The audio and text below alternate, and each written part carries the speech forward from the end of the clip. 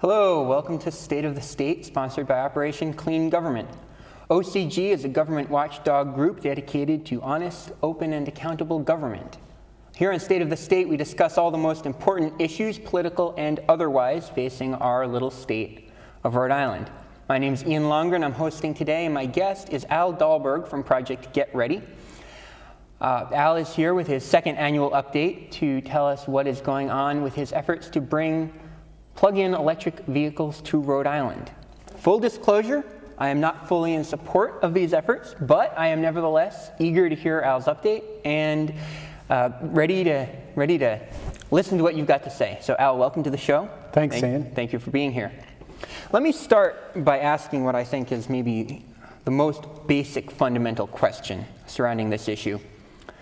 What's so great about electric cars anyway?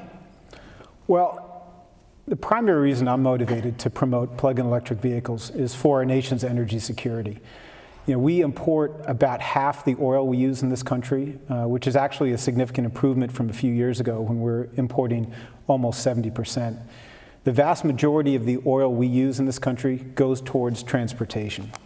So the only way we're going to achieve energy independence is if we start reducing the use of oil and gasoline in our transportation sector. And the best way to do that is using plug-in electric vehicles, because plug-in electric vehicles will draw power from the grid, from electricity power plants that use a broad, diverse blend of domestic fuels to make that energy. So you're looking at it as a security issue for the country? It's an energy security issue for the United States, yes. All right, so you're making your efforts to help this happen through Project Get Ready. What is that? What is Project Get Ready? Project Get Ready is a nonprofit. It's part of a network of nonprofits around the U.S. It's part of a national initiative to get 20 cities in North America to be pioneers in the adoption of plug-in electric vehicles. All right. And how is that going? We had you here last year. What's happened in the intervening 12 months? Well, lots happened in this last year. We worked with Ocean State Clean Cities and other northeastern states and formed a coalition of states this last summer to apply for federal money to do EV planning, electric vehicle planning. We were successful in getting that money. So now we've started a regional coordinated effort to do planning for electric vehicles and the network of charging stations needed to improve consumer confidence in these vehicles and encourage people to buy them. Now, last year, Project Get Ready, you said you were completely funded by private sources and no public sources at all. But now you've applied for federal funding. Is something changed in your philosophy, or is that just something that hadn't happened yet at that point? Well, there wasn't EV planning and money available until last summer, and so we thought it was only prudent to take advantage of it. And also, we didn't want Rhode Island to be left out of a coordinated effort of northeastern states. It wouldn't make any sense. So we were proud to partner on this.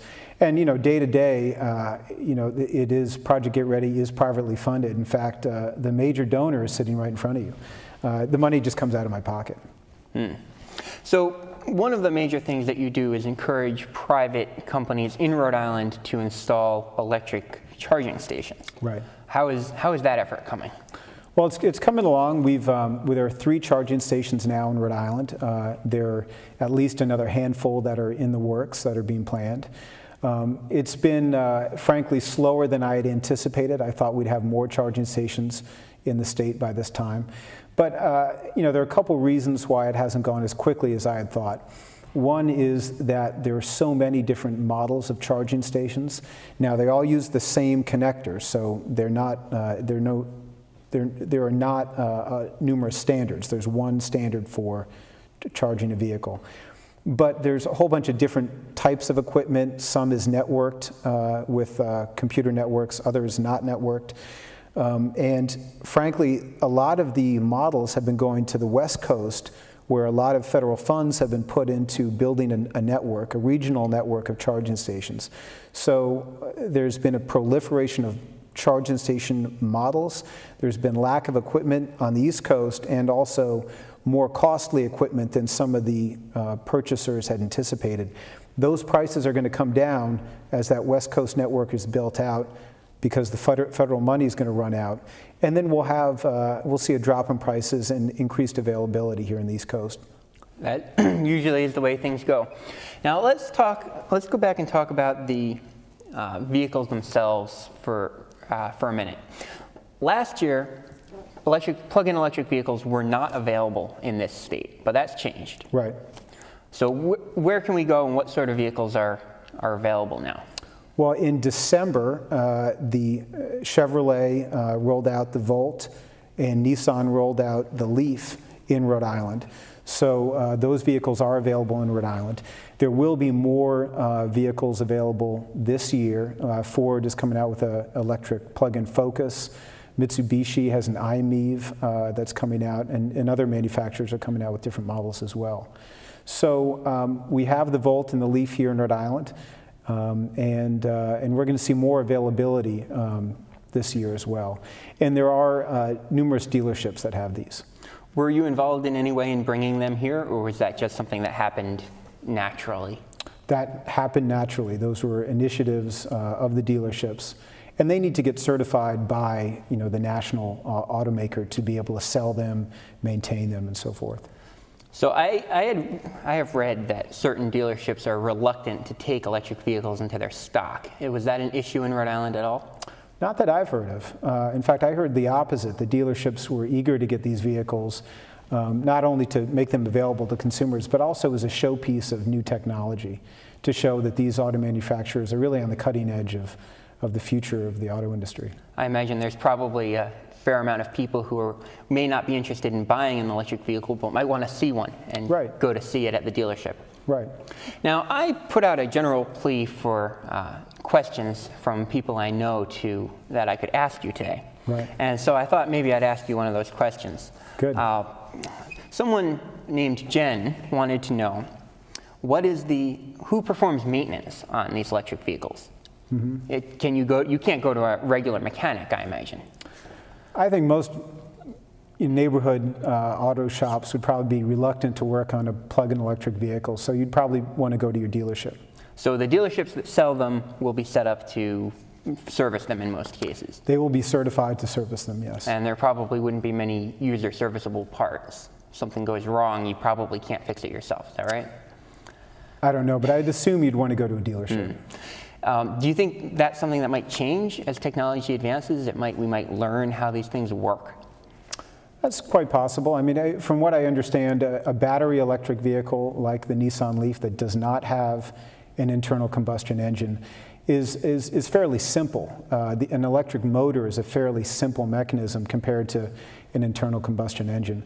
So I think actually you'd have less reason to go to a dealership with a battery electric vehicle because you probably have fewer maintenance issues. All right, sure.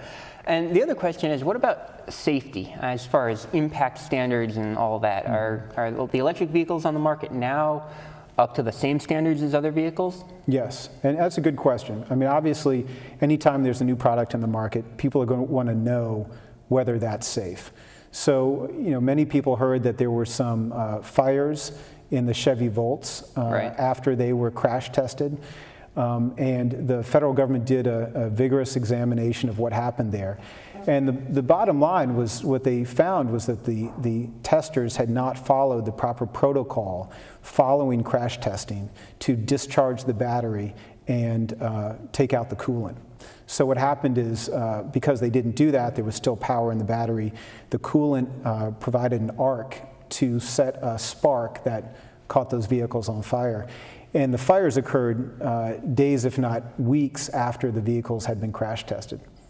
So there are certain procedures that need to be followed following a crash. Following a severe crash. I mean, these were vehicles that were subjected to the most vigorous procedures for testing the safety of a vehicle. Smashing into brick walls at high speeds, I imagine. Right, right. So how does someone learn how to follow these procedures? I mean, right now, obviously, all our firefighters or emergency personnel wouldn't likely know what to do if they showed up at the scene of an electric car wreck. That's a great question, and that's something that is incumbent upon governments to start doing, is training first responders and how to respond to an accident with a plug-in electric vehicle.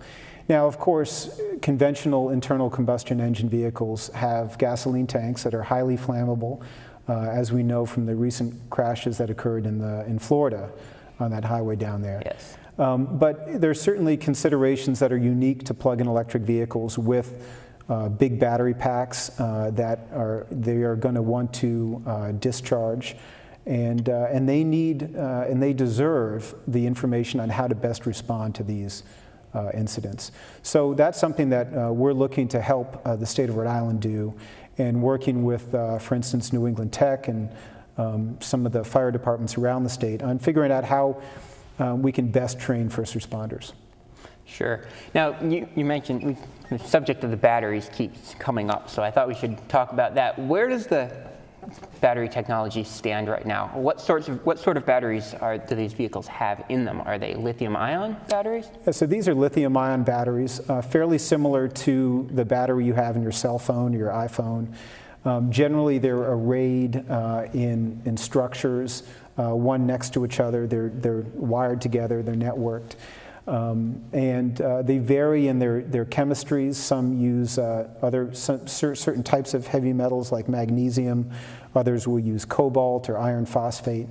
But they are all lithium-ion batteries. And battery technology is progressing all the time. What do you see in the future for electric vehicle batteries? Well, there's billions of dollars in research going on right now to improve these batteries, both improve the capacity and reduce the cost. So I think it's inevitable that we'll see improvements over the next few years, and we'll see these batteries shrinking in size and hopefully in cost as well. Right now, the Nissan Leaf has a battery pack. It's a 24 kilowatt hour battery pack. It gets about 80 miles before you have to recharge it. And what we really need is vehicles that have about twice that capacity. So you'd be able to drive about 160 miles before you need to recharge. And then I think you're going to see a much wider consumer interest. So it's interesting that you say that that's the point of the difference. 160 miles or so would be sort of a tipping point in getting more people to buy these vehicles. Do you think that maybe we should just wait until the technology reaches that point before we're making a big push to adopt the vehicles? Well, no, we're making a big push already. And we're making a big push because we can't afford to wait. We need to move forward on this technology now if we're going to have the opportunity to get energy security in the United States. Isn't the battery technology driven by consumer electronics, though, in large part, cell phones and laptop computers? Not necessarily. I mean, the early lithium-ion batteries were mostly in small consumer electronics, but now there are many other uses to these batteries. In fact, some of these early-stage auto manufacturers that are involved in plug-in electric vehicles are looking at grid storage for uses for these batteries.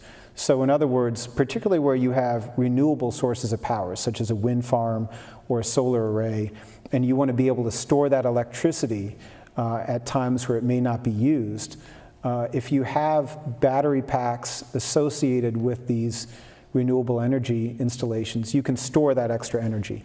For instance, if there's a lot of wind at night, at a wind farm, you're going to want to store that energy for when it's needed during the day. Sure. Now, I've had my laptop computer for probably about 2 years now, and the battery barely works anymore. If I unplug it, I can barely get it across the room before the battery dies. How long can I drive one of these electric vehicles, say the Leaf, before the battery pack is used up and I have to replace it? Are the battery packs replaceable? They are replaceable. The Nissan Leaf and the Chevy Volt both have an 8-year, 100,000-mile warranty on the battery packs. So if there are any problems before then, GM and Nissan have both said they'd stand behind their batteries. They have confidence that they're going to last longer than that, or they wouldn't have made that warranty. Sure, of course. I imagine that replacement, though, at that point will be significantly expensive. Right, and it remains to be seen what battery costs will be in 5 years. As I said, I think the cost will come down. Certainly, if you get a battery pack swapped out at a dealership, it's going to be cheaper than if you do it yourself, buying outside parts. Now, my old Honda is sort of on its last legs. If I start looking for a new vehicle, what is there to draw me as a consumer to an electric car? The primary benefit from a consumer standpoint is that electricity is about 1/3 the cost of gasoline. We all know, gasoline prices are pretty steep right now. The $3.50, $3.60 a gallon, and that's only going up as we see both the difficulty of getting oil and also some of the geopolitical concerns, particularly now with Iran in the news. So the primary benefit for a consumer is that you're drawing a much cheaper source of power for that vehicle. And also keep in mind, electricity is a stable, regulated source of power, whereas gasoline prices fluctuate frequently. Electricity pretty much stays the same. So you can judge ahead of time what the costs are going to be. You can more accurately, determine the costs. And so do you think that if I was to go and buy an electric vehicle today and drive it significantly, that over the life of the vehicle I would actually save money? Well, it depends, both how you use that vehicle, how much you drive, and then also, what would you need that vehicle for any other purposes. So, I encourage people, take a close look at how you use your current vehicle, and find the vehicle that best fits your needs. For some people, a plug-in electric vehicle makes a lot of sense and will save them money. For others, it wouldn't.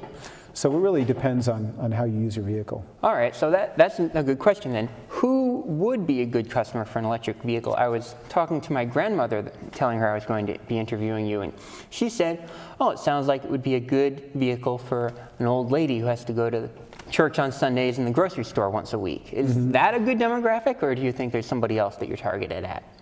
Well, I'll tell you from what I've heard about the current demographic of Nissan Leaf and Chevy Volt buyers. They are generally fairly high-income people, mostly men, tech-savvy. A lot of the Volt purchasers are people that were considering more luxury model cars, but see that the Volt fits their lifestyle.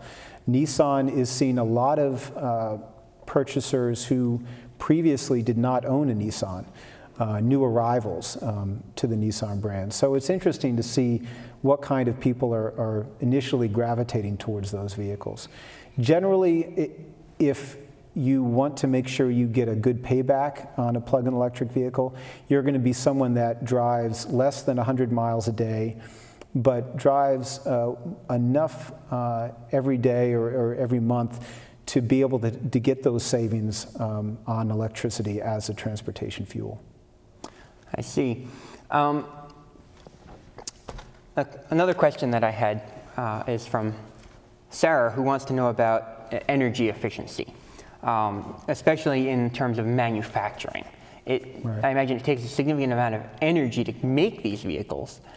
Is there a significant energy savings, including the manufacturing and disposal of the vehicle over its lifetime, in terms of energy that the country will expend? Yeah, people have asked me that question before. The actual manufacture of these vehicles is going to take about the same energy that the manufacture of any other vehicle will take. Now, people raise concerns about the batteries. What's the durability of the batteries? Are they recyclable? Do they have a second life after they come out of the vehicle? And we're already seeing, as I mentioned before, some interest in assembling used batteries, used lithium-ion battery packs for grid storage.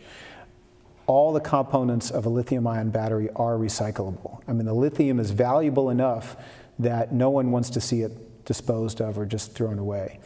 So that is a valid concern, but we know from the amount of energy that's put into vehicles, you are going to see a savings with electricity. All right, and is the infrastructure set up for recycling the batteries? Yes, okay. Yes. All right. Another question I had is from Ken, who's concerned about the ability of our electrical grid to actually handle a large number of electrical vehicles. He cited rolling brownouts in California, particularly. Are we able, if we were to have a large number of electric vehicles right now, would the electrical grid be able to handle it? It would. And there's a lot of work going into this. This is something that's being studied very closely. The grid in the U.S. is run by different independent system operators around the country, and they're taking a close look because their primary purpose is to ensure the reliability of the grid. So all their studies show that there is sufficient capacity right now to provide electricity for plug-in electric vehicles. In fact, what they found is that if every vehicle sold last year, about 12.5 million vehicles in the U.S., was a plug-in electric vehicle, there would still be enough capacity on the grid.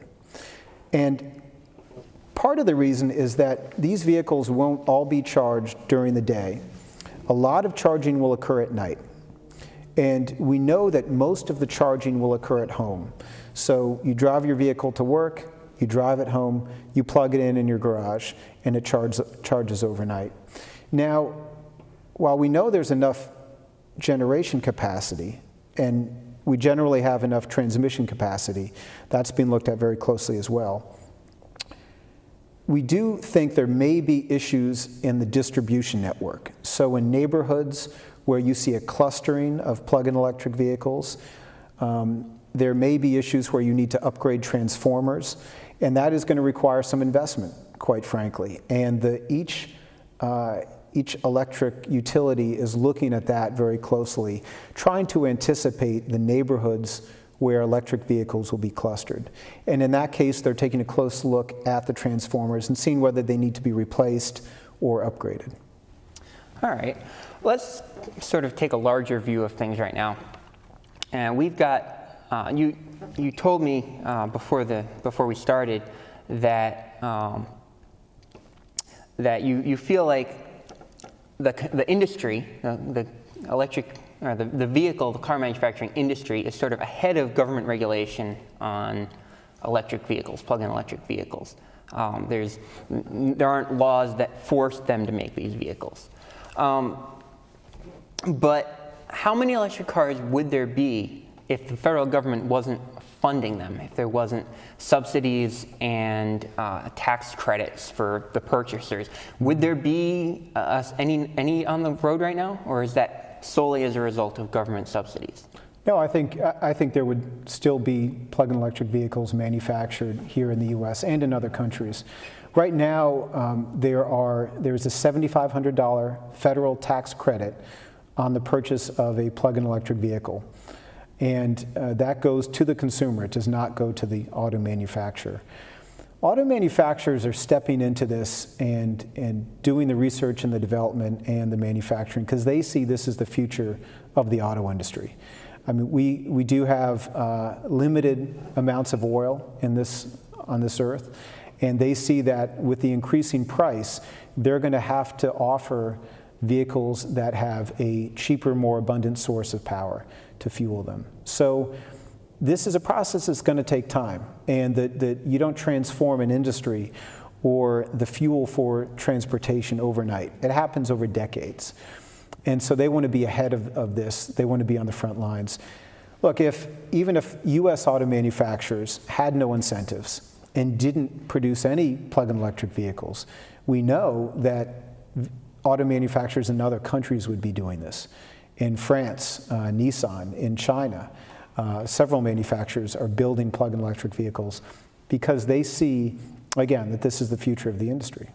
Now, in countries like China and Europe, places like, or Europe's not a country, obviously, but places like Europe and China, there's a lot more population density. People live a lot closer together, a lot more cities, right. And I imagine that gives them a better environment for electric vehicles because you don't have to go quite so far necessarily. Do you think that the rural nature of much of America is going to be an obstacle to adoption of electric vehicles here?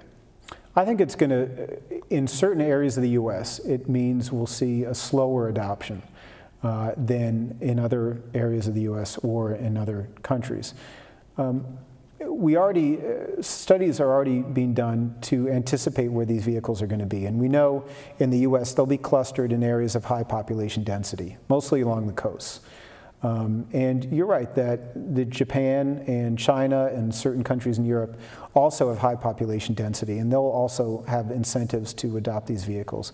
I think the primary factor in the adoption of plug-in electric vehicles is going to be the price of oil. I mean, that's what it really comes down to. If oil goes up to $150 a gallon, a barrel, then you're going to see much more expensive gasoline, and it's going to make consumers look towards cheaper sources of power for their vehicles. As electric vehicles become more popular, will that affect the cost of gasoline? Not in the short term. It's not going to have that dramatic an effect. We're already seeing a reduced consumption of gasoline per vehicle mile traveled because of higher CAFE standards, because of better federal standards for mileage for vehicles. But it's not going to have a dramatic impact. Okay, what about on the price of electricity? Again, it won't have a dramatic impact. We have sufficient capacity right now in the grid. In fact, electric utilities have an incentive to push more power out to the consumers. So they see that as a benefit as well. All right, well, we're coming right up to the end of our time. Is there anything else that you particularly want to address before we wrap up? Well, I know a lot of people have asked about whether there are environmental or carbon benefits to plug-in electric vehicles. And it's a complicated question because you really have to look at the fuels used to produce electricity in your area. We have done a study. There was a Brown student who did a study on this a couple years ago, looking closely at the fuel mix used to produce electricity in Rhode Island. And he found rather dramatic carbon reductions, as well as about 10 to 20% emissions reductions in air pollutants. I know you told me that we get a lot of hydroelectric power in Rhode Island from north of us. We get some hydroelectric power from north. We get almost 40% from natural gas, about 30% from nuclear, which are sources that don't produce many air pollutants. So we have a fairly clean mix of fuels for electricity in the Northeast. Where do you think the future of electricity generation is going to be? Are there going to be more coal-fired plants, more natural gas, more nuclear? What do you think it's going to be? Well, I think the president had it right when he said we need a strategy that embraces all the sources of power. I think we need everything, frankly. We can't limit ourselves. We shouldn't limit ourselves. We should look at expanding every source of electricity that's clean and reliable. And we're going to need it for the future of our economy. All right. Well, I think we're just about out of time. So thank you again for being here. Thank you. I appreciate your time and for giving us your update. Thanks. I'm Ian Lonngren. This has been Operation Clean Government's State of the State. My guest has been Al Dahlberg from Project Get Ready. Thank you for watching, and see you next time.